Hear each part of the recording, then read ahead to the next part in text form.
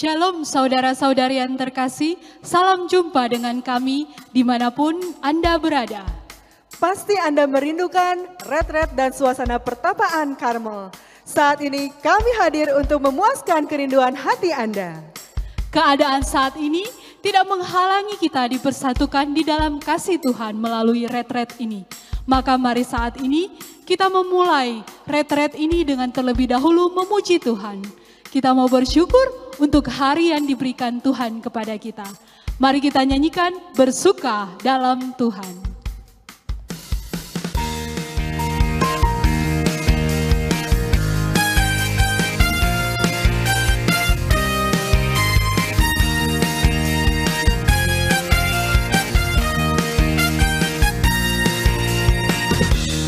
Hari ini, hari yang telah dijadikan Tuhan, mari kita bersuka.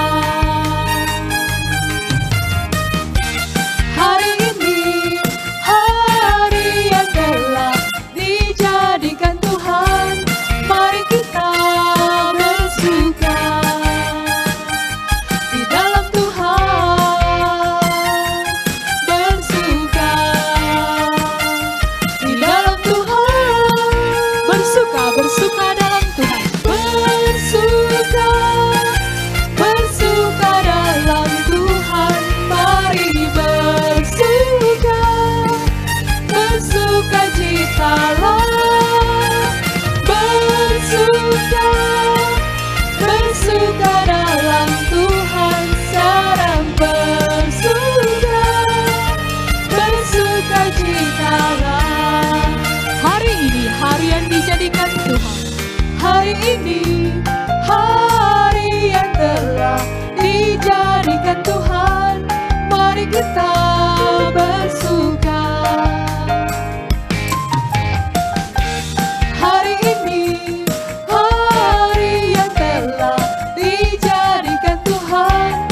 Mari kita bersuka. Di dalam Tuhan, bersuka. Di dalam Tuhan, bersuka, bersuka dalam Tuhan. Bersuka, bersuka dalam Tuhan. Mari bersuka, bersuka citalah. Bersuka, bersuka dalam Tuhan. Sekarang bersuka, bersuka citalah. Bersuka, bersuka dalam Tuhan. Bersuka, bersuka dalam Tuhan. Mari bersuka, bersuka citalah. Bersuka, bersuka dalam Tuhan. Sekarang bersuka, bersuka citalah. Sekarang bersuka, bersuka citalah. Sungguh di dalam Tuhan senantiasa ada sukacita. Oleh karena itu mari kita semakin memuliakan Dia, kita memuji Dia, kita nyanyikan sukacita surgawi.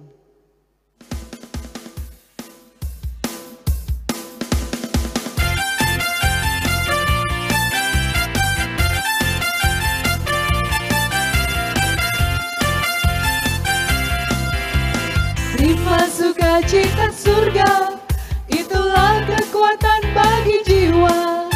Ku dapat rasakan kasih-Nya di tengah badai yang bergelora. Terima sukacita surga, itulah kekuatan bagi jiwa. Ku dapat saksikan kuasa-Nya, taklukkan badai yang bergelora. Haleluya, Kau ada dalam hatiku, takkan patah semangatku, takkan hilang kekuatanmu. Haleluya, ku mau bersorak bagimu. Sukacita surga datang, penuhiku. Terima sukacita. Terima sukacita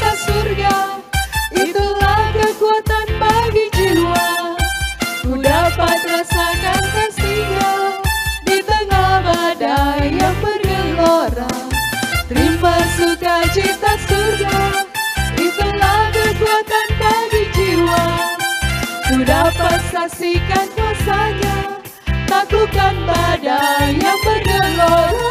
Haleluya, Kau ada dalam hatiku, takkan patah semangatku, takkan hilang kekuatanku. Haleluya,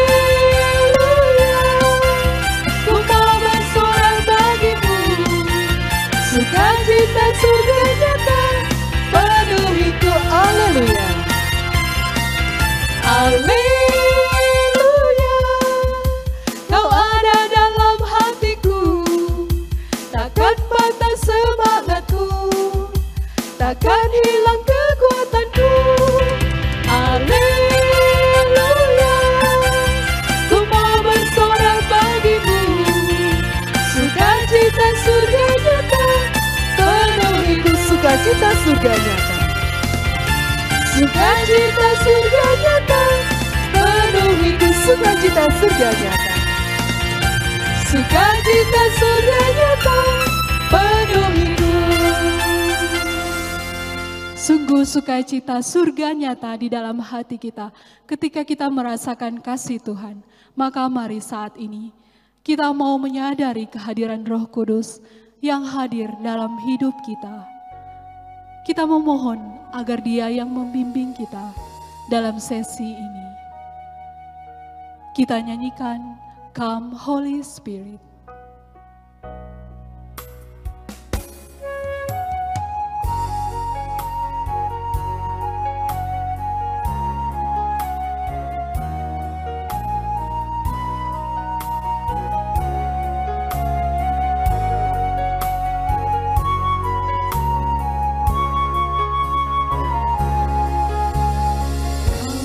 Holy Spirit, fall on me now.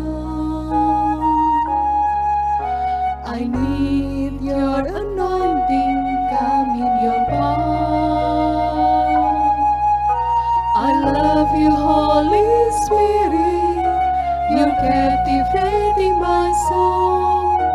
And every day I grow to love you more. Holy Spirit, fall on me now. I need your anointing, come in your power. I love you, Holy Spirit, you're captivating my soul. And every day I grow to love you more. I'm reaching for your heart, you hold my life in your hands, drawing me closer to you. I feel your power in you, nothing compares to this place, where I can see you face to face. I worship you in spirit and in truth. Demi nama Bapa dan Putra dan Roh Kudus. Amin. Ya Allah Roh Kudus, Engkaulah roh cinta kasih. Engkaulah Allah yang sungguh mengenal kerinduan hati kami yang terdalam pada saat ini. Engkau yang mengetahui kehausan jiwa kami ya Tuhan, untuk mengalami Engkau yang hidup, untuk bersatu dengan Engkau. Oleh karena itu ya Allah Roh Kudus, pada saat ini kami sungguh-sungguh memohon agar Engkau berkarya di dalam diri kami masing-masing. Engkau menarik kami, Engkau memampukan kami untuk mendekat dan bahkan bersatu dengan Tuhan di dalam kehidupan doa. Oleh karena itu ya Allah Roh Kudus, kami membiarkan diri kami dibimbing dan dipimpin oleh-Mu sendiri di dalam sesi ini. Kami juga menyerahkan Romo Hieronymus yang akan memberikan pengajaran bagi kami. Biarlah terang-Mu dan segala rahmat yang beliau perlukan tercurah atas beliau. Terima kasih ya Allah Roh Kudus. Kembali kita nyanyikan Come Holy Spirit.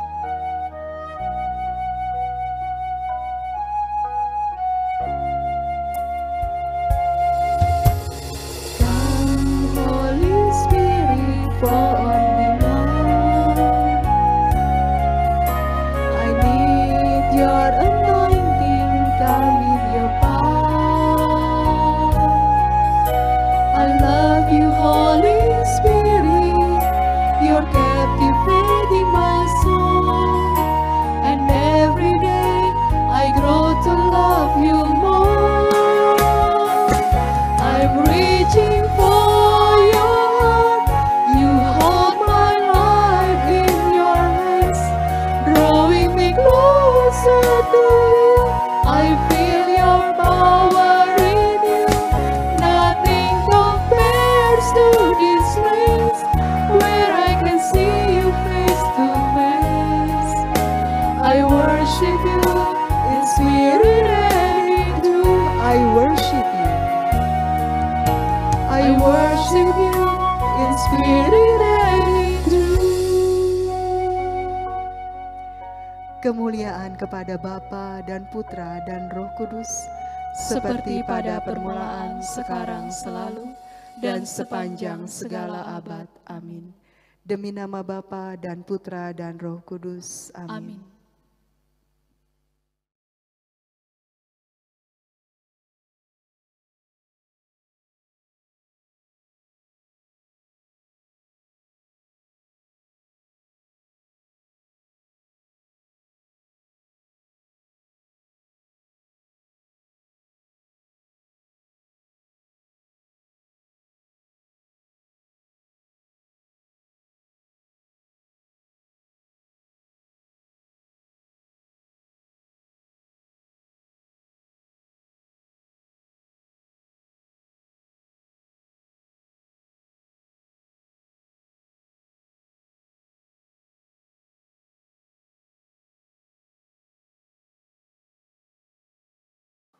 Selamat sore saudara-saudara yang ada di rumah, bagaimana kabarnya sore hari ini?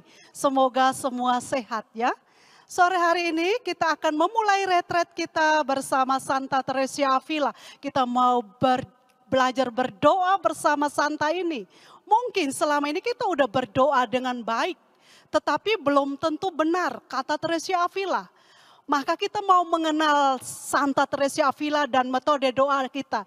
Di sini sudah hadir bersama kita Romo Hiro. Romo, selamat sore. Selamat sore, Bagaimana Suster Petra, kabarnya? Kabar saya baik sekali. Oke, luar biasa. Selamat sore para saudara yang ada di rumah, semoga sehat-sehat, semangat dan selalu diberkati. Mungkin kita belum mengenal Santa ini. Dari mana asalnya? Kita mau tahu sedikit riwayat hidupnya. Mungkin Romo ceritakan sedikit bagi kami Santa Teresia Avila. Baik Suster, para saudara yang terkasih, Santa Teresia Avila ini adalah satu dari 3 pujangga gereja yang luar biasa. Ia lahir di Avila tanggal 28 Maret 1515. Ayahnya bernama Alonso de Cepeda dan ibunya bernama Beatrix de Ahumada. Bapak Alonso ini menikah 2 kali, Suster, dan para saudara ya. Santa Teresia Avila memiliki 11 saudara, semuanya 12 orang. Di keluarga besar namun luar biasa. Ya. Dia masuk, Santa Teresia Avila ini masuk di biara Incarnacion, ya, biara penjelmaan. Ia memilih biara ini karena salah seorang anggota keluarganya juga ada di sana. Dan karena kehidupan di biara penjelmaan ini lebih ringan dibanding biara Agustines yang juga ada di situ. Tepatnya dia masuk kira-kira tanggal 2 November 1535. Santa Teresia Avila ini meninggal tanggal 4 Oktober 1582. Nah, menjelang kematiannya ada 3 kalimat yang begitu luar biasa yang merupakan ringkasan hidup rohaninya para saudara. Yaitu yang pertama ini, sudah tibalah saatnya Tuhanku mempelaiku untuk bertemu dengan dikau dari muka ke muka. kalimat ini menunjukkan betapa dia memiliki relasi yang luar biasa itu. Dan yang kedua, dia sadar bahwa dia membutuhkan rahmat Tuhan. Kalimatnya itu seperti ini, janganlah menolak aku, hati yang remuk redam tak akan kau tolak. Jadi sampai akhir hidupnya, ia menyadari bahwa ia seorang pendosa. Ini luar biasa ya. Ia sadar bahwa ia telah menyia-nyiakan banyak rahmat Tuhan. Coba bayangkan suster, para saudara. Santa yang begitu suci aja begini. Lah terus kita bagaimana? Ini, kita patut mencontoh kerendahan hati ini. Dan yang ketiga, kalimat yang luar biasa adalah ini.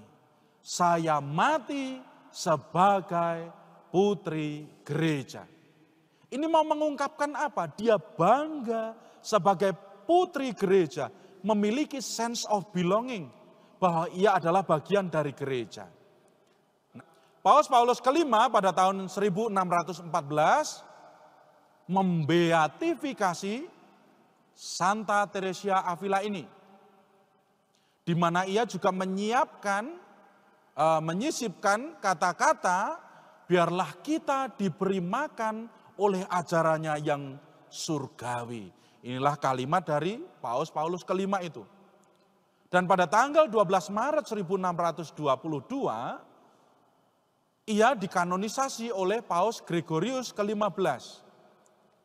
Ia dikanonisasi bersama santo-santo besar, yaitu Santo Ignatius dari Loyola, Santo Francisco Xaverius, Santo Isidore, dan Santo Philippus Neri. Pada tanggal 7 Maret 1914, dalam memperingati 3 abad beatifikasi Santa Teresa, Paus Pius ke-10 menuliskan ini. Siapapun yang dengan rajin membaca karyanya tidak memerlukan pedoman lain untuk menghayati hidup yang sungguh-sungguh suci. Ini artinya apa para saudara? Bahwa karya ini otentik untuk mengenal Allah, hidup dalam gereja dan mencintai Allah begitu dalamnya. Karena dalam karya-karyanya, tokoh kesalehan ini dengan jelas menunjukkan jalan yang aman untuk maju dari hidup Kristiani yang paling dasar menuju puncak kesucian. Ia mengajarkan bahwa kemajuan yang sejati dalam doa di atas segalanya dinyatakan dalam pelaksanaan tugas-tugas secara lebih rohani dan usaha yang lebih sungguh untuk bertindak dengan cara yang suci. Dan akhirnya bahwa semakin seseorang dipersatukan dengan Allah secara mistik, maka semakin bersemangatlah dia dalam melaksanakan cinta kasih terhadap sesama. Dan semakin besar kerinduannya untuk menyelamatkan jiwa-jiwa. Dan ini sungguh semangat yang Injili. Dan pada tanggal 27 September 1970, Paus Paulus ke-6 memberi gelar Doktor Gereja kepada Santa Teresia dari Avila ini. Dia menjadi guru doa yang ajarannya bisa diikuti. Wah, dan ingat ada 3 pujangga gereja. 1 Santa Teresia Avila, 2 Santa Teresia dari kanak-kanak Yesus, dan yang ketiga siapa suster? Suster bisa menebaknya? Santa Katarina dari Siena. Santa Katarina dari Siena. Wah, luar biasa ya Romo ya, Santa Teresia Avila adalah guru doa di dalam gereja. Romo, apakah Santa Teresia Avila ini menulis tentang doa enggak? Bagaimana caranya kami supaya bisa tahu sedikitlah sekurang-kurangnya, bagaimana kami bisa membaca di mana kira-kira ya? Apakah Romo menjelaskan sedikit mengenai karya-karyanya? Baik suster, karyanya ada pada buku-buku maupun surat-suratnya. Namun karya-karya ini dibedakan menjadi beberapa bagian. Bagian yang pertama adalah karya biografi, yaitu apa? Riwayat hidupnya. Ditulis pertama-tama untuk mengungkapkan pengalaman rohaninya kepada bapa pengakuannya. Tetapi kemudian meluaskannya dengan tambahan yang secara khusus membahas tentang doa. Itu karya yang pertama, Suster. Karya yang kedua itu adalah The Book of Foundation, yaitu pendirian biara-biara. Buku ini menceritakan tentang bagaimana Suster Teresa Avila ini ya mendirikan biara-biara baru, biara-biara reformasi untuk para suster dan imam.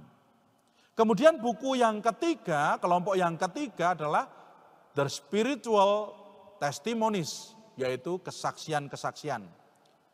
Yaitu mengenai pengalaman-pengalaman mistik yang dialaminya dalam hidupnya. Nah, ini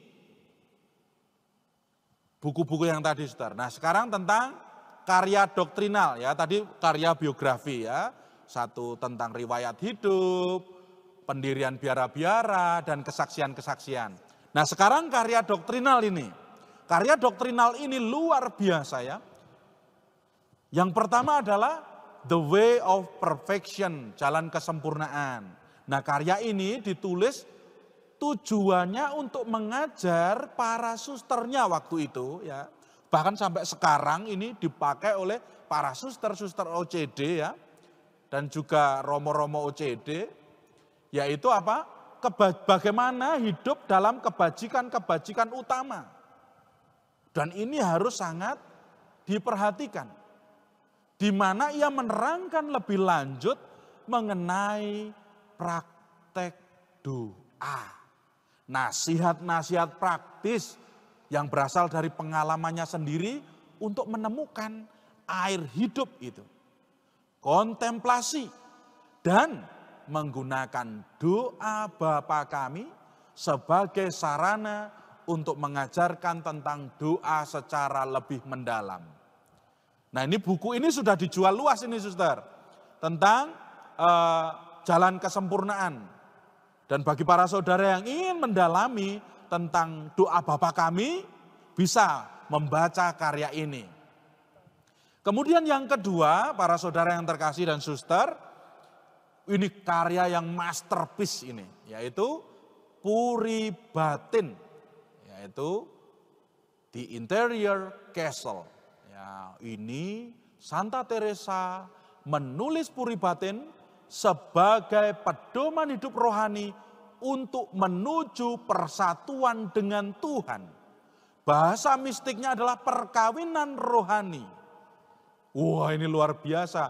Bagaimana manusia diundang Tuhan untuk masuk ke dalam puri batin, bertemu dengan Tuhan, dan akhirnya bersatu dengan Tuhan di dalam kedalaman jiwanya.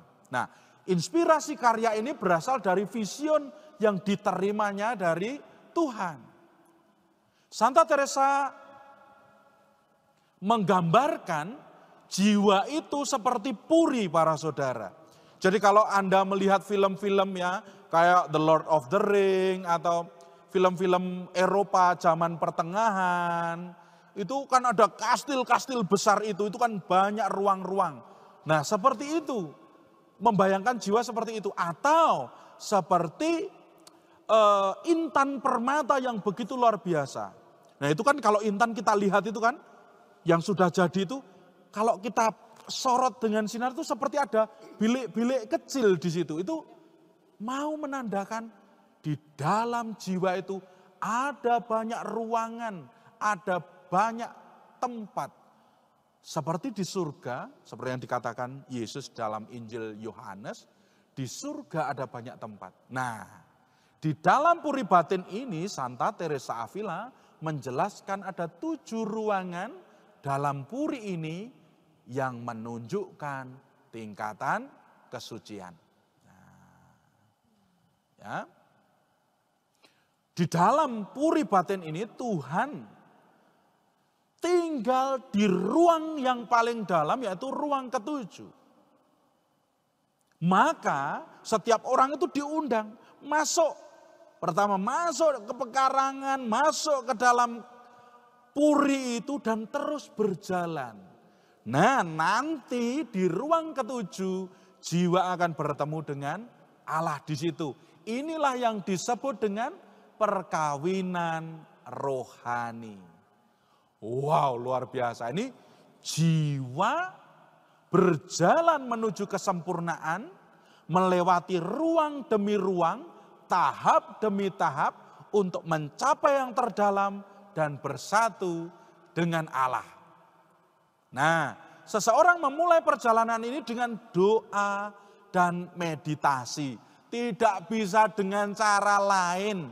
Anda harus duduk, diam, tenang, matikan HP, matikan TV, semuanya ditutup. Kita membuka hati, masuk ke dalam jiwa dengan doa dan meditasi. Juga perlu kerendahan hati dan kemurahan hati, kalau enggak bisa. Ya. Kemudian di dalam puri batin itu Santa Teresa Avila menggambarkan perlunya menolak godaan-godaan iblis. Kita harus mengadakan penolakan dan perlawanan. Karena apa? Perjalanan menuju jiwa bertemu dengan Allah pasti akan diganggu. Makanya Anda kalau berdoa baru 2 menit rasanya seperti sudah 2 jam. Setelah kita lihat jam, ya ampun 5 menit baru doa Yesus. Tarik nafas Yesus, Yesus. Tadi telurnya sudah dimasak belum ya? Itu godaan macam-macam. Ada juga godaan-godaan kepada dosa. Ini harus dilawan. Karena apa? Perjalanan ini tidak mudah. Karena pasti akan dihambat oleh si jahat. Nah, dalam puri batin itu, Santa Teresa memberi semangat dan nasihat bagi perkembangan hidup rohani. Jadi Anda ini ya, saya bukannya mau promosi, silahkan cari, silahkan beli buku ini. Ada banyak buku pendamping-pendamping yang lainnya. Salah satunya adalah menuju ke dalam kedalaman Samudra Ilahi kalau tidak salah. Ada di situ. Atau Anda langsung membaca buku ini langsung juga silahkan. Anda bisa mencarinya dan pasti bagus sekali. Ya. Buku ini masterpiece ya, dari Santa Teresa Avila. Dan sumber yang begitu matang dalam hidup rohani. Ini para saudara, jangan berpikir hanya dipakai oleh orang Katolik. Enggak. Bahkan orang-orang yang mungkin berkeyakinan lain, yang memiliki hidup doa yang dalam, mereka juga membaca karya ini. Salah satu yang lain mungkin agak sedikit menyimpang, suster, ada karya-karya Santo Yohanes dari Salib. Kok Santa lagi, suster? Karena kita terus ngomong Santa Teresa Avila ini tadi ya. Ini, silahkan Anda yang membaca. Nah ini tadi tentang, sedikit banyak tentang puri batin. Kemudian ada karya Eurydice. Ini berisi konstitusi-konstitusi. Konstitusi itu apa? Yaitu undang-undang, katakanlah gampangnya itu. Pedoman cara hidup bagi para susternya Teresa Avila. Yaitu apa? Tentang bagaimana cara hidup, bagaimana kita diatur dalam hidup ini, bahkan juga mengenai tata cara hidup, kunjungan ke biara dan lain sebagainya. Kemudian ada surat-surat. Itu banyak sekali sebenarnya surat yang dari Santa Teresa Avila ini. Namun sayang, kebanyakan dari surat-surat itu telah hilang. Dan hanya sekitar 486 lah yang masih ada. Iya, 486 yang masih ada itu. Itu suster, tentang sedikit banyak tentang background dan kita bisa melihat Ya, Santa Teresa Avila. karya-karya Santa Teresa Avila ya. Berarti puri batin itu ya Romo ya, itu masterpiece-nya Teresa Avila ya Romo ya. Betul. Waduh, Terus bagaimana ya, apa yang dikatakan Tresia Avila tentang doa ya Romo? Karena di Puri Batin kan kita diajarkan untuk berdoa. Ada tahap-tahap memasuki ruangan demi ruangan, yang 7 ruang ya Romo ya? Ada Di 7 Puri ruang, Batin itu ya. Jadi apa yang dikatakan Tresia Avila tentang doa Romo? Apakah Tresia Avila memberikan perbedaan, ada doa lisan kah, doa vokal, doa batin? Apakah Santa ini memberikan perbedaan itu ya Romo? Ada, Suster. Ya.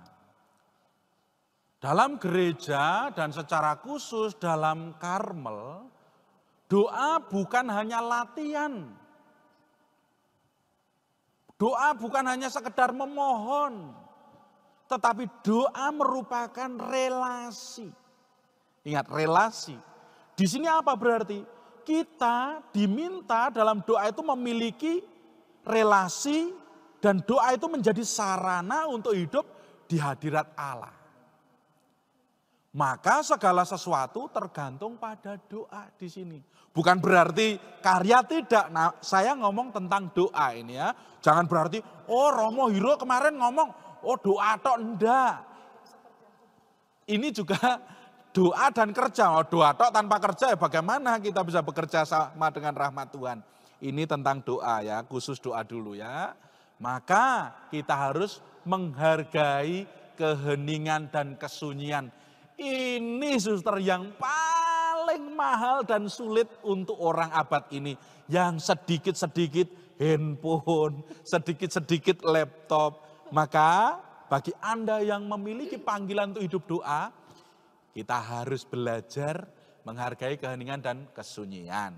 Wah, agak susah ya Romo, kami kan selalu bekerja nih. Kami sibuk mencari uang, bekerja, bagaimana mungkin kami bisa menjaga keheningan ya. Karena kadang kan kita harus fokus kerja, kita harus bercakap-cakap, bagaimana itu? Apakah mungkin kami yang sibuk bekerja di luar bisa menjaga keheningan, kesunyian, terus bagaimana kami, apakah doa ini bisa membantu kami supaya bekerja dan berdoa itu bisa jalan Romo? Tentu saja bisa suster, para saudara. Jangan dipikir terlalu ruwet. Hidup itu sudah rumit kok ruwet. Begini para saudara, apakah para saudara waktu kecil lahir langsung bisa lari? Enggak bisa kan? Ya kan? Pasti belajar dulu berjalan. Ya kalau orang Jawa bilang diteta. Atau bagi Anda yang suka fitness, enggak mungkin kan tiba-tiba langsung mengangkat beban yang begitu berat, enggak mungkin. Maka perlu latihan terus-menerus. Bagi orang awam yang aktif, ya caranya dengan apa? Mulai memberi waktu. Kalau tidak disediakan waktu, omong kosong. Walaupun waktumu 32 jam sehari, kalau engkau tidak memberi waktu, tidak akan bisa. Maka perlu memberi waktu khusus. Itu untuk berdoa. Kemudian, kapan kita harus menjaga keheningan, keheningan pikiran, keheningan hati, keheningan budi, dan tingkah laku. Nah ini perlu, kalau tidak bisa ya. Contohnya, jangan terlalu sibuk, terus-menerus adora TV, bukan adorasi ya, adora TV, adora HP. Nah ya perlu hening. Kayak seperti Anda datang ke gereja, datang hening dulu sebelum misa, seperti itu. Namun ini dalam doa ya. Nah Santa Teresa Avila membagi doa dalam 2 bagian.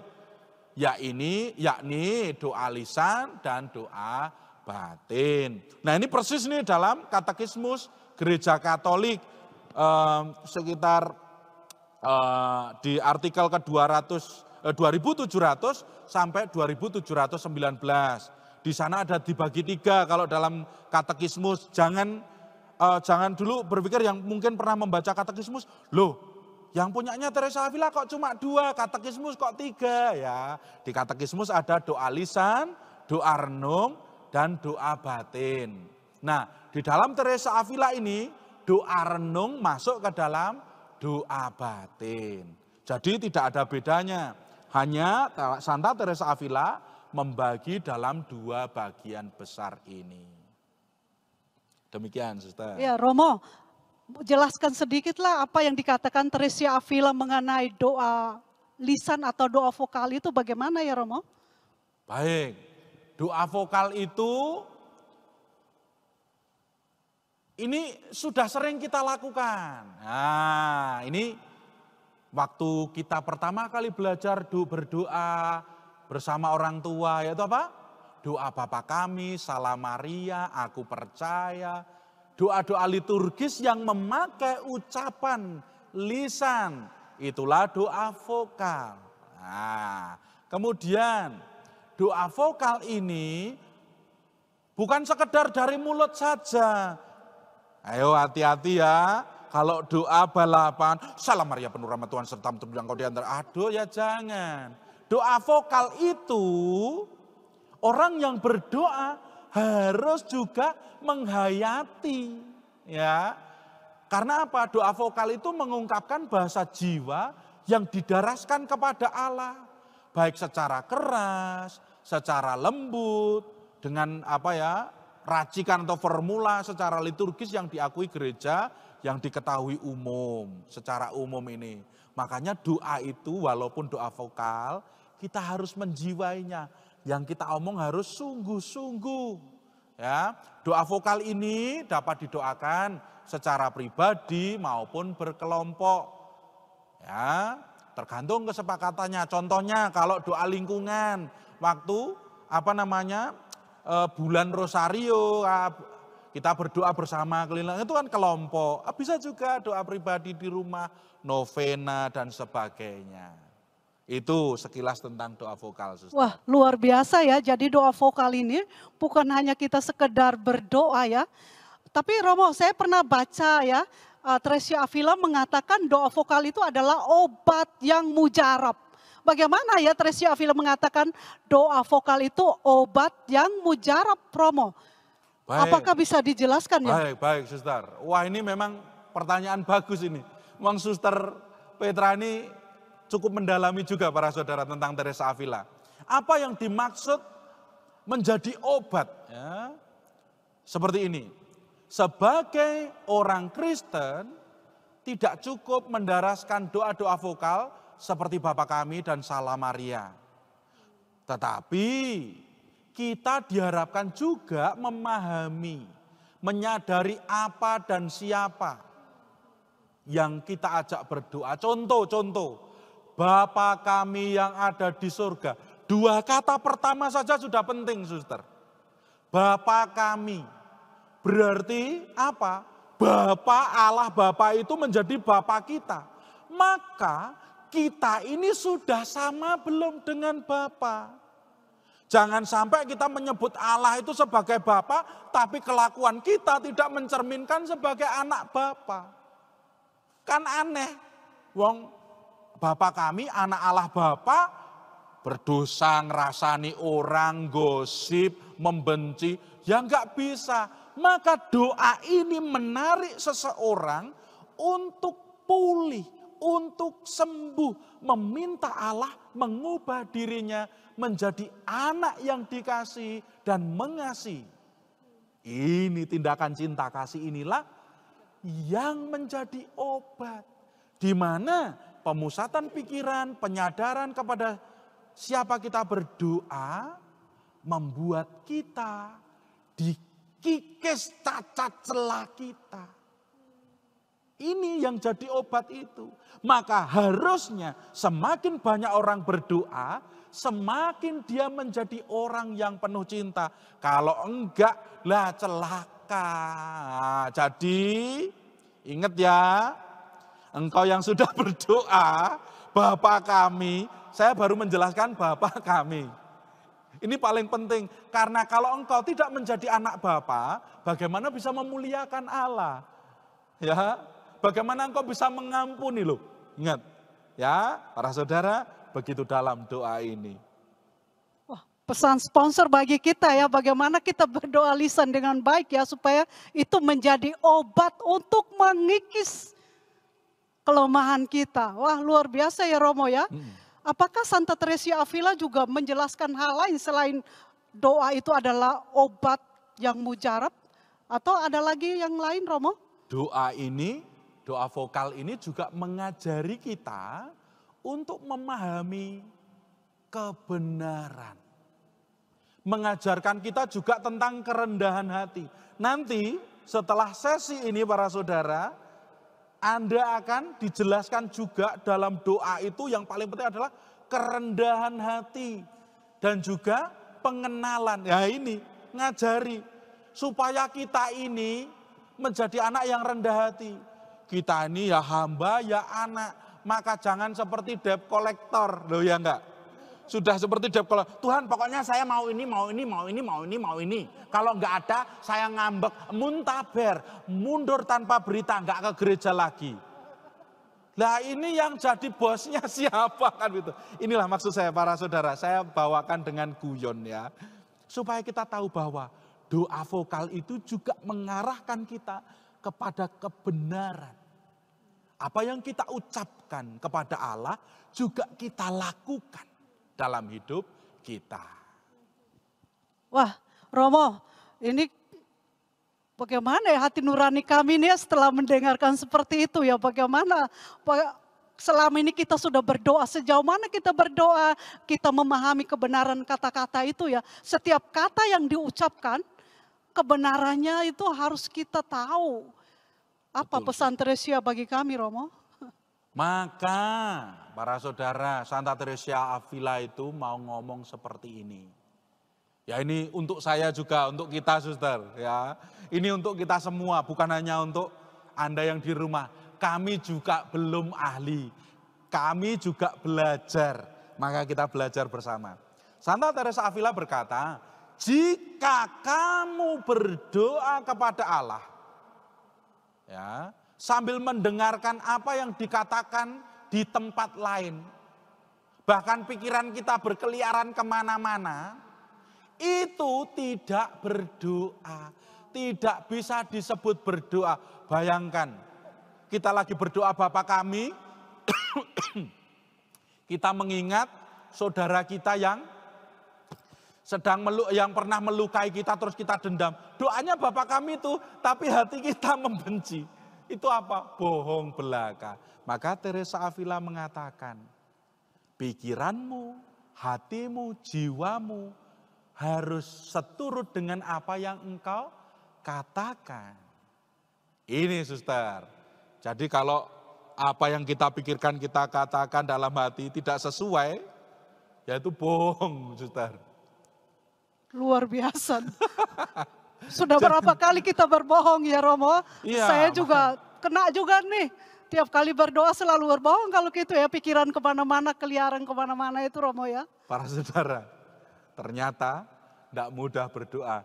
Tapi Santa Teresa Avila berkata, mencoba, mencoba, dan mencoba. Karena dalam doa kadangkala terjadi kegelisahan. Pikiran kita melayang-layang ke sana kemari. Seperti monyet atau kuda liar. Wah, udah ke sana kemari. Maka di sini kita perlu belajar sedikit demi sedikit mengatur dalam pikiran kita. Ya, mungkin ini akan sangat melelahkan, namun bisa pelan-pelan. Maka berdoalah semampu kita, kata Santa Teresa Avila. Jika tidak dapat lagi berkonsentrasi, lakukanlah pekerjaan kecil-kecil dengan cinta. Ini mau mengatakan apa para saudara? Kalau kita terbiasa melakukan cinta dalam pekerjaan kita, apapun itu, entah nyapu, entah buang sampah, entah masak, nyuci dan sebagainya. Kalau kita lakukan demi cinta, itu akan membantu kita menyusun hati kita, pikiran kita, budi kita, roh kita. Kita susun betul. Untuk apa? Untuk fokus kepada Allah. Karena apa? Kita digerakkan oleh cinta. Nah, kalau sudah seperti itu, hidup kita bahkan dalam setiap pekerjaan bisa kita lambari doa demi cinta kepada Allah, suster, para Wah, saudara. luar biasa ya para saudara. Kalau kita tidak bisa berdoa, kita semaksimal kita memusatkan pikiran kita kepada hal-hal kecil dengan cinta kasih. Romo, apakah doa itu, doa vokal ini membawa kita untuk bersatu dengan Tuhan? Doa lisan ini yang tadi Romo katakan. Atau kita sebut kontemplasi, suster. Oh iya, betul. Iya, bersatu iya. dengan kontemplasi. Ini pertanyaan yang bagus, apakah bisa doa vokal ya bisa membawa kepada kontemplasi? Para saudara, kadangkala doa vokal dan doa batin, nanti saya juga akan jelaskan, bisa terjadi bersama-sama. Ketika melakukan doa vokal dengan lebih menyadari, memahami bahwa saya sedang berbicara dengan Tuhan, dengan cinta.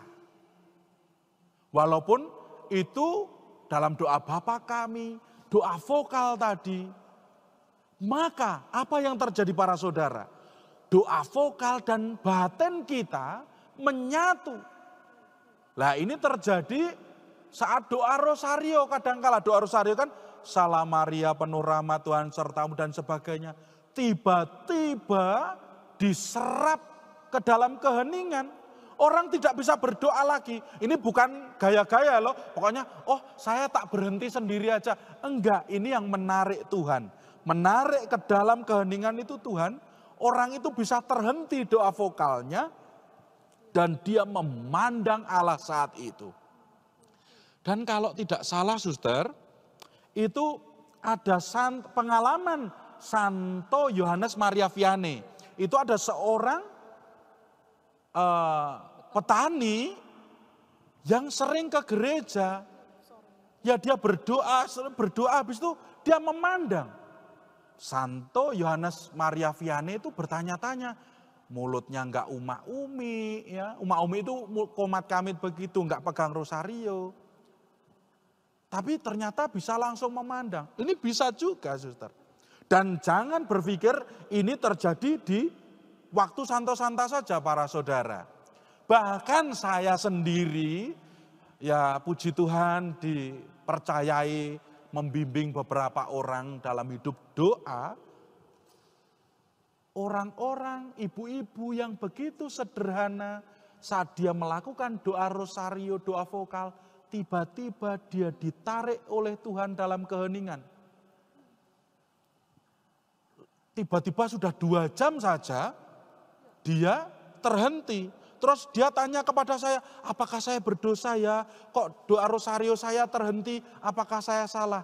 Para saudara, itu mau menunjukkan doa vokal membawa orang pada juga kontemplasi. Bahkan doa vokal bisa berbarengan dengan doa batin.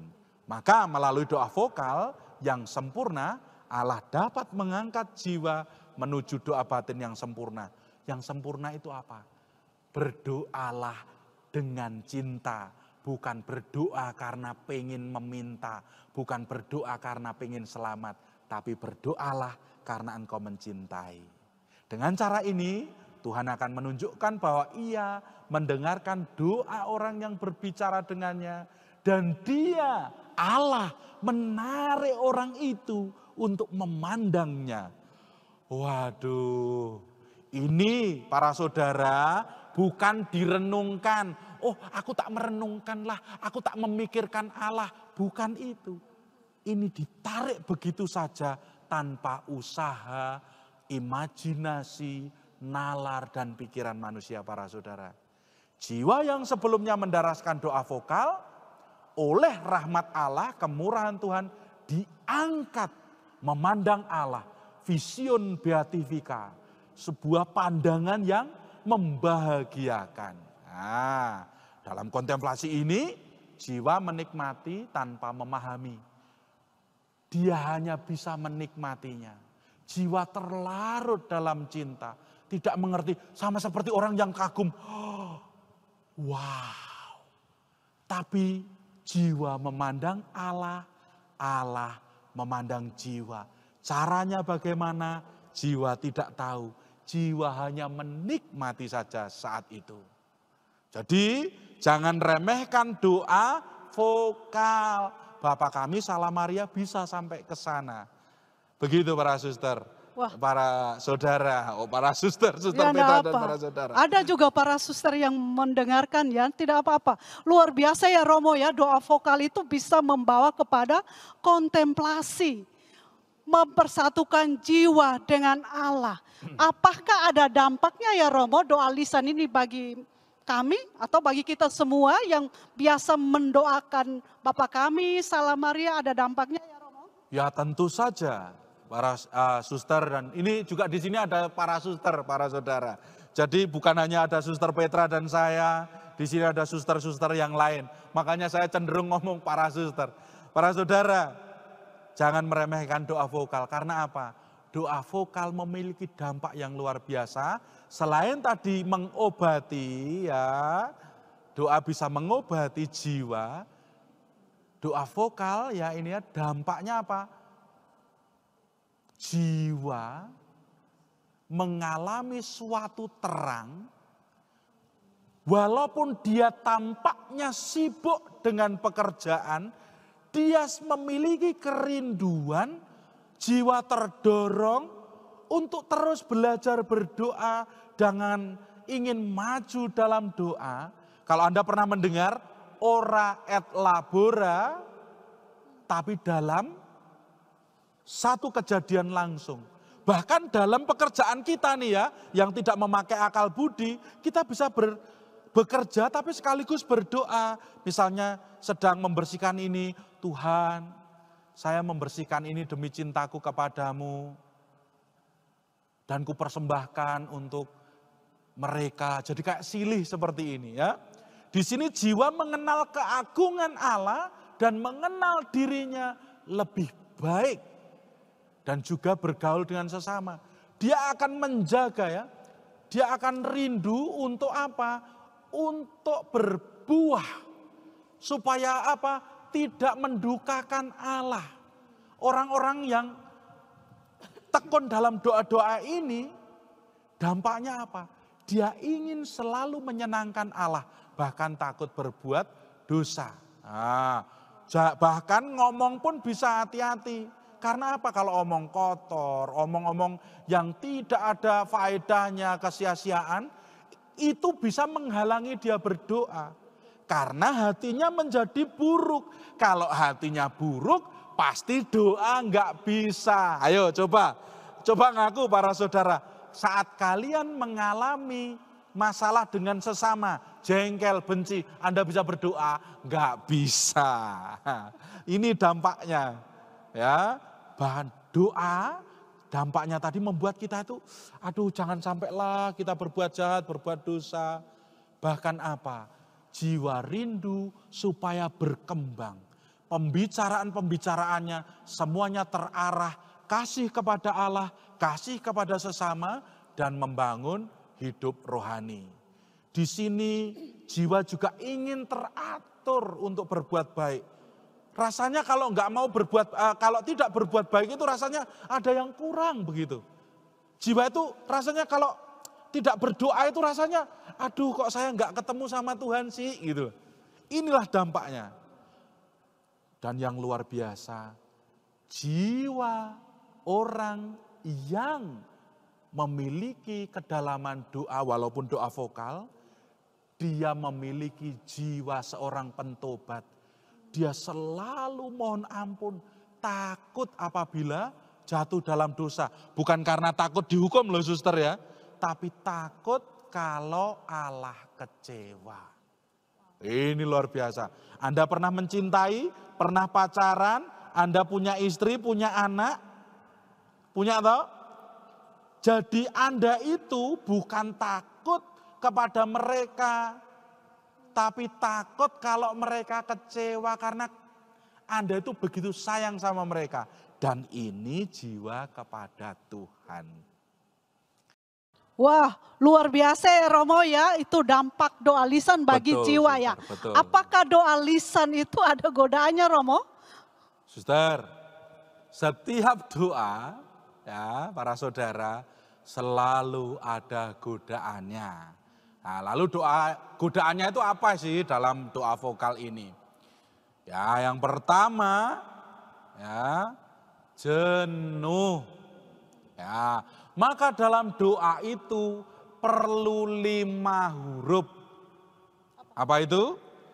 S, E, T, I, A.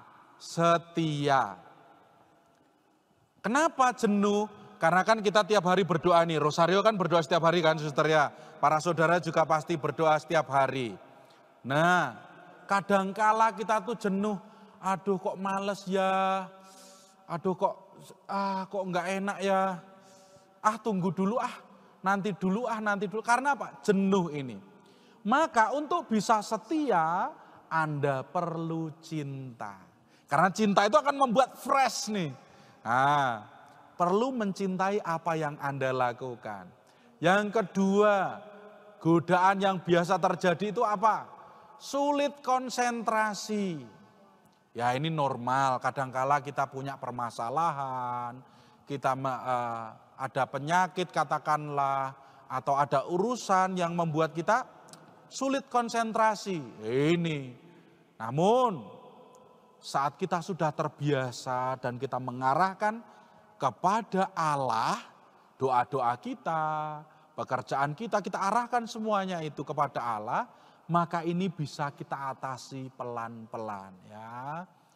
Kemudian masalah yang ketiga dalam doa, yaitu godaan yang ketiga, yaitu godaan setan.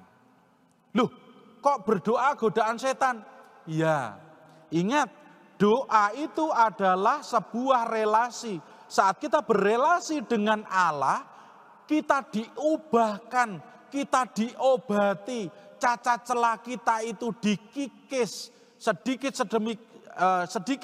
demi sedikit sehingga kita menjadi murni, dan setan pasti tidak mau hal itu. Maka seringkali kita dibuat gelisah. Itu, suster, para saudara. Maka di sini perlu rendah hati. Ingat tadi di awal saya ngomong apa? Jiwa memiliki hati pentobat. Jiwa sadar bahwa Allah lah yang menguatkan dia untuk setia. Dengan rendah hati, jiwa ini akan dibebaskan, dihindarkan dari godaan setan.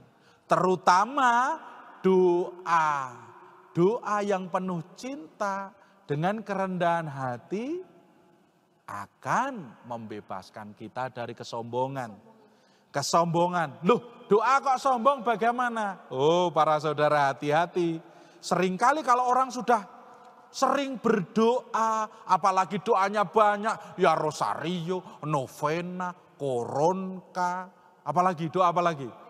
Kerahiman, doa apalagi banyak. Itu seringkali apa? Kalau digoda setan, dia tidak rendah hati, dia merasa lebih tinggi dari orang lain. Mulai menilai orang lain, sombong. Kok doanya kayak gitu, kok doanya kayak gitu. Ini, maka perlu kerendahan hati untuk melawan godaan setan ini. Bersabar dan tetap sadar bahwa Allah lah yang membantu kita supaya kita setia dalam doa. Itu, suster, para saudara yang terkasih. Wah, tadi kita sudah membahas banyak mengenai doa vokal ya para saudara.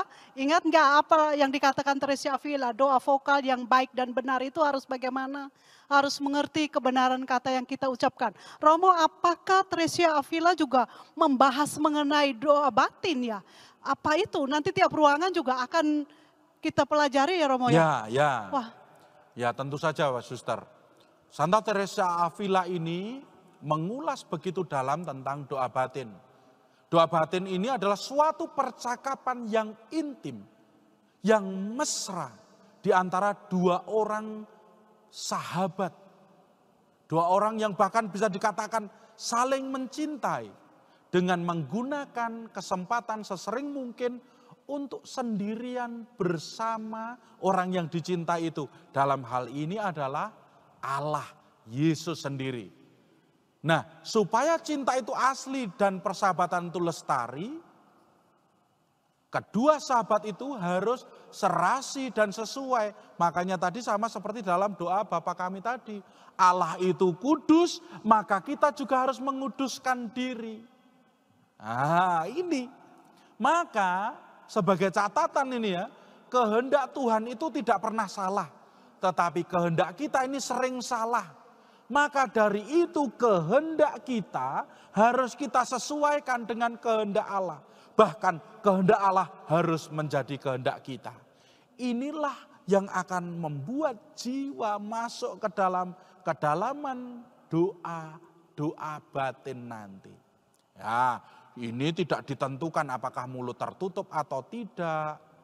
Ya, apakah kalau orang Jawa bilang dermimil, umak-umik, bukan. Apakah hanya diam saja? Tidak ditentukan itu. Tetapi doa batin ini lebih ke arah apakah kita memahami dan mengetahui bahwa jiwa saya ini sedang berbicara dengan Allah. Sadar akan kehadirannya, bahwa kita ada dalam hadirat Allah.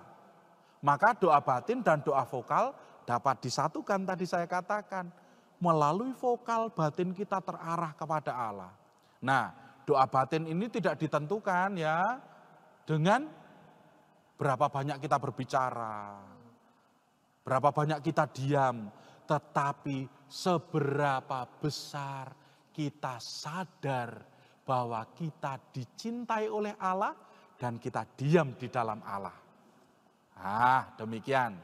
Maka peringatan untuk kita, kalau kita berdoa, kita harus sadar dengan siapa kita berbicara.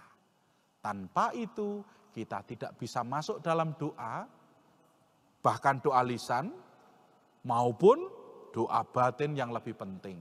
Wah, Romo, jadi doa batin itu tidak ditentukan oleh mulut kita ini buka atau tidak, bunyi apa tidak ya Romo ya? Ya. Jadi itu komunikasi ungkapan cinta menurut Santa Teresia Avila ya. Betul, Suster, sebuah komunikasi. Luar biasa Romo ya. Jadi bagaimana komunikasi itu supaya sesering mungkin saya bisa berkomunikasi itu ya Romo ya. Sama seperti kalau para saudara jatuh cinta, sedang LDR, long distance relationship, Suster. Pacarnya ada di jauh atau istrinya ada di Jawa, dia kerja di Papua katakanlah. Dia selalu apa? WA-an. Ya, ini maka perlu komunikasi yang intens dan terus menerus. Di sini doa batin itu mengetahui situasi, isi doa yang sedang didaraskan dan sadar dengan siapa saya berbicara. Di sini juga doa batin menuntun jiwa untuk selalu memikirkan Allah saja. Ini hanya Allah saja dalam doa batin. Ini sebuah komunikasi yang luar biasa. Dan terjalinlah persahabatan antara dua orang yang mencintai tadi. Dan harus terus dipupuk saudara. Padanannya itu, kalau kita mencintai kok kita cuma diem-dieman, lah bagaimana bukti cintanya? Maka doa batin ini adalah sebuah ungkapan isi hati oleh jiwa. Berbicara dari hati ke hati. Tidak ada yang tertutupi, tidak ada yang palsu. Semuanya hanya karena cinta kepada Allah. Karena apa? Kalau tanpa itu, kita bisa saja tidak berdoa. Tadi saya mengatakan kita doa rosario tetapi tidak berdoa rosario. Tapi seperti apa? Membaca mantra. Uma-umi enggak jelas. Karena apa? Kita fokusnya ke tempat lain, bukan kepada Allah. Nah, ini berbeda. Maka doa batin menjadi sarana yang paling ampuh agar kita bisa memperbaiki diri, terutama menghindarkan diri dari keadaan dosa berat, bahkan bisa mengantar kita kepada pertobatan. Wah, apakah Romo ada hubungan antara doa lisan dan doa batin ya. Ini kan tadi doa batin itu ungkapan cinta, percakapan. Apakah ada hubungan doa lisan dan doa batin, Romo? Doa lisan dan doa batin itu saling melengkapi para saudara dan para suster di sini, Suster Petra. Ya, artinya apa? Kita berawal dari doa vokal, perlahan-lahan jiwa diantar menuju doa dalam perenungan. Dari perenungan itu masuk lagi ke dalam batin. Apakah hanya berhenti di situ? Tidak para saudara. Kalau doa batin nanti sudah steril, sudah tidak bisa, rasanya sudah kok nggak bisa konsentrasi, Anda bisa memulai lagi dengan doa vokal. Maka jangan, aduh Romo saya doa Yesus kok nggak bisa ini, nggak bisa itu ya Romo. Mulai doa Yesus pakai suara. Yesus, Yesus. Kemudian lama-lama lirih-lirih pelan terus ke dalam batin. Nah seperti itu. Nah ketika mendaraskan doa vokal dengan penuh kesadaran pada waktu yang sama sebenarnya batin dan doa batin dan doa vokal tadi melebur menjadi satu. Nah namun apakah doa batin harus selalu dimulai dari doa vokal? Bisa tidak para saudara. Bahkan kadang-kala tidak perlu doa vokal.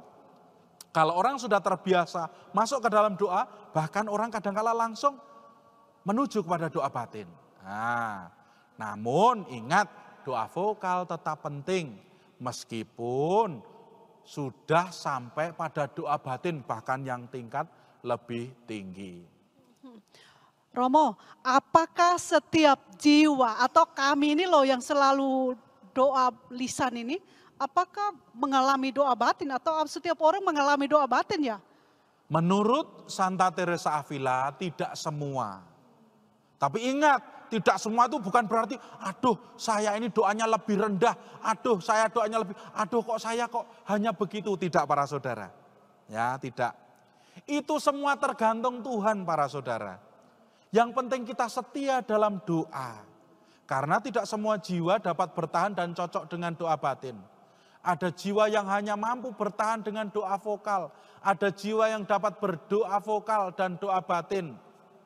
Kendati demikian setiap jiwa yang setia mengabdi Allah dalam doa vokal tetap mengalami rahmat Allah. Yang penting seberapa besar cintamu dalam doa itu. Iya itu para saudara.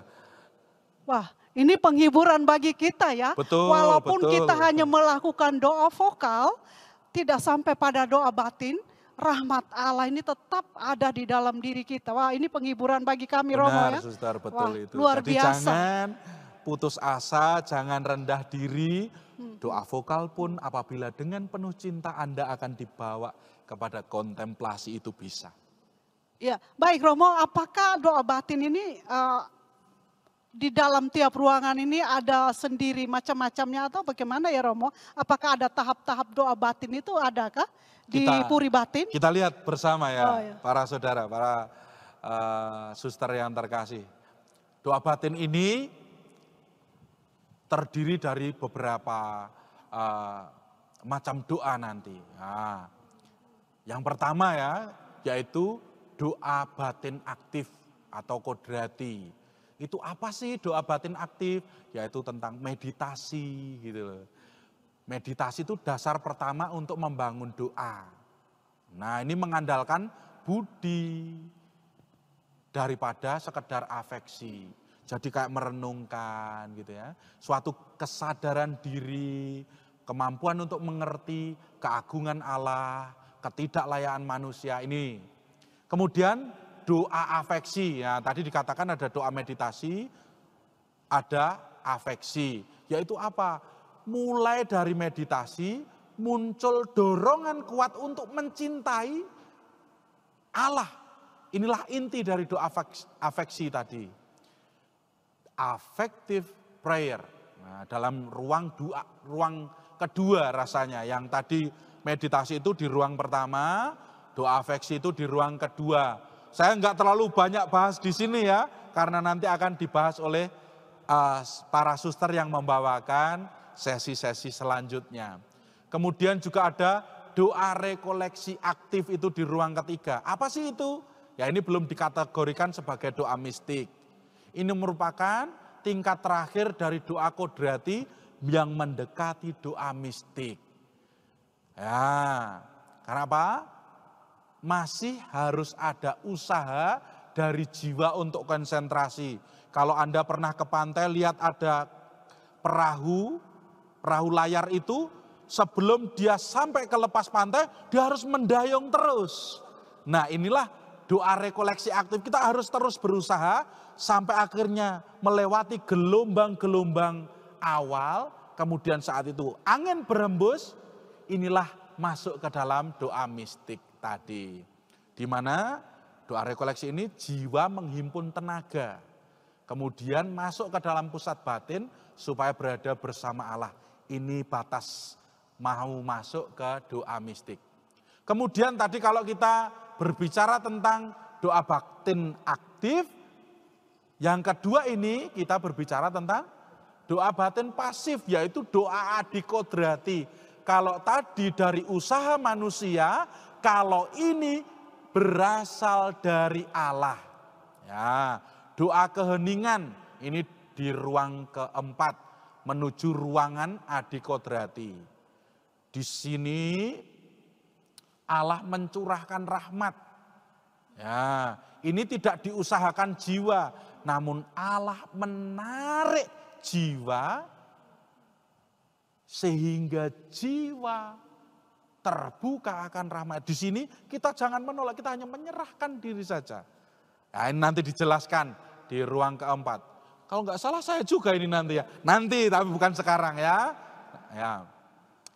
Di sini juga jiwa akan melihat keheningan di situ. Nah, kemudian di dalam doa pasif ini, doa batin pasif ini, tadi ada doa rekoleksi yang dicurahkan, ada juga doa ketentraman, di mana Tuhan menunjukkan betapa jiwa mengalami ketenangan batin, di mana daya-daya batin, kehendak, intelek, ingatan menyatu dengan Allah. Kemudian masuk ke ruang 5 nanti ada doa persatuan sederhana, di mana Allah memasuki pusat jiwa dengan pintu tertutup, maksudnya tanpa bantuan daya-daya jiwa. Jiwa memasuki, mendekati pusat jiwa. Ruang kelima itu sudah mau masuk ruang keenam, mau masuk ruang ketujuh. Nah ini sudah mulai dekat nih. Apalagi ini tidak memakai bantuan daya-daya jiwa. Semua mulai dari kehendak Allah dan tarikan dari Allah. Kemudian ada terjadi pertunangan rohani. Ini di ruang keenam, suster ya. Ya ini sama seperti apa ya? Dilukiskan bahwa orang berada dalam masa pertunangan. Ya, ini masih bisa jatuh dalam dosa, tetapi amat sangat kecil kemungkinannya. Karena apa? Karena dirinya sudah begitu mencintai Allah dan tidak mau melakukan dosa. Ya, walaupun persatuan adalah sebuah penggabungan jiwa, namun di sini masih bisa terpisah. Nah, maka dalam keadaan ini selalu ingat bahwa Allah lah yang pertama-tama menarik. Jiwa harus tetap rendah hati, jiwa harus selalu menyerahkan diri kepada Allah. Karena apa? Ini belum sampai pada perkawinan rohani. Di sini nanti ada penglihatan budi, penglihatan imajinatif, ada ekstase mistik. Saya tidak bahas di sini ya karena nanti terlalu panjang. Kemudian yang keenam, yang terakhir adalah perkawinan rohani, terjadi di ruang ketujuh, di mana ruang terakhir, ruang paling utama, ruang paling dalam, di mana Allah bertahta, di mana segala vision, ekstase berhenti sama sekali, dan segala yang luar biasa ditinggalkan, dan orang begitu biasa. Semakin orang bersatu dengan Allah, terjadi perkawinan rohani, dia begitu biasa namun sekaligus ilahi. Mengapa? Karena dia bersatu dengan Allah digambarkan seperti arang yang bersatu dengan api para saudara. Itu menjadi bara, itu tidak bisa dipisahkan antara apinya dan arangnya, tidak bisa dipisah, tapi tetap berbeda. Arang tetaplah arang, api tetaplah api. Allah lah Allah, manusia tetap manusia. Namun begitu indah Allah dan manusia bersatu karena cinta. Ini ditandai dengan kesederhanaan, jiwa begitu bersatu. Bahkan orang-orang yang pada sampai di tempat ini, suster, dia begitu biasa, namun seluruh tindakannya ilahi. Karena semuanya memiliki nilai penebusan, nilai penyembuhan, dan bahkan membawa orang kepada sebuah hidup baru. Bahkan doa dari orang yang sampai pada tahap ini luar biasa gunanya untuk kita-kita ini, suster, yang masih kadang-kala hidup dalam dosa. Inilah, suster, tentang sedikit banyak tentang tahap-tahap doa yang pengenalan dan juga tahap-tahap doa yang diajarkan oleh Santa Teresia Avila. Wah, terima kasih Romo sudah menjelaskan kepada kami tentang doa lisan, doa batin itu bagaimana. Udah dicatat ya tadi ya, semua udah catat. Jadi jangan kemana-mana. Setelah ini kita akan masuk lebih dalam lagi di sesi kedua. Jangan kemana-mana ya. Harus ikut sampai selesai. Malam ada adorasi, jangan lupa. Terima kasih Romo ya. Baik, suster. Wah, luar biasa Sama-sama. Romo. Terima kasih. Para saudara yang terkasih, mengakhiri sesi 1 pada sore hari ini kita akan tutup dengan doa. Demi nama Bapa dan Putra dan Roh Kudus. Amin. Ya Tuhan, kami bersyukur kepadamu karena Engkau memberikan kepada kami di dalam gerejamu yang kudus seorang santa besar yang mengajarkan kami tentang jalan-jalan doa, yaitu Santa Teresia Avila. Kami telah mendengarkan bagaimana Teresia memberikan kami perbedaan yang cukup jelas, yaitu mengenai doa vokal dan doa batin. Biarlah apa yang diajarkan oleh Santa Teresia Avila ini membawa kami untuk semakin mencintaimu, menjalin relasi yang mesra dengan Engkau di dalam doa-doa kami, di dalam kehidupan kami. Ya Tuhan, kami bersyukur karena semua rahmat dan berkat-Mu yang kami terima.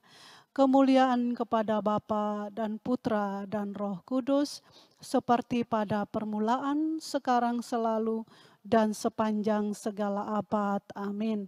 Demi nama Bapa dan Putra dan Roh Kudus. Amin. Yang di rumah tetap setia, sampai jumpa sesi yang kedua.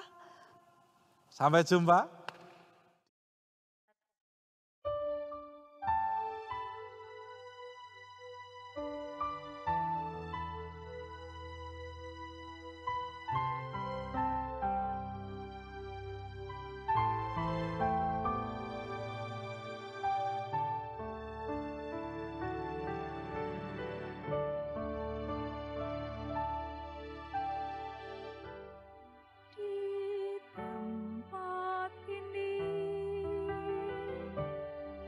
Bertemu Tuhan, ku bertemu Tuhan. Di tempat ini, ku menyembah Tuhan dalam roh dan kebenaran. Dan tempat ini kudus.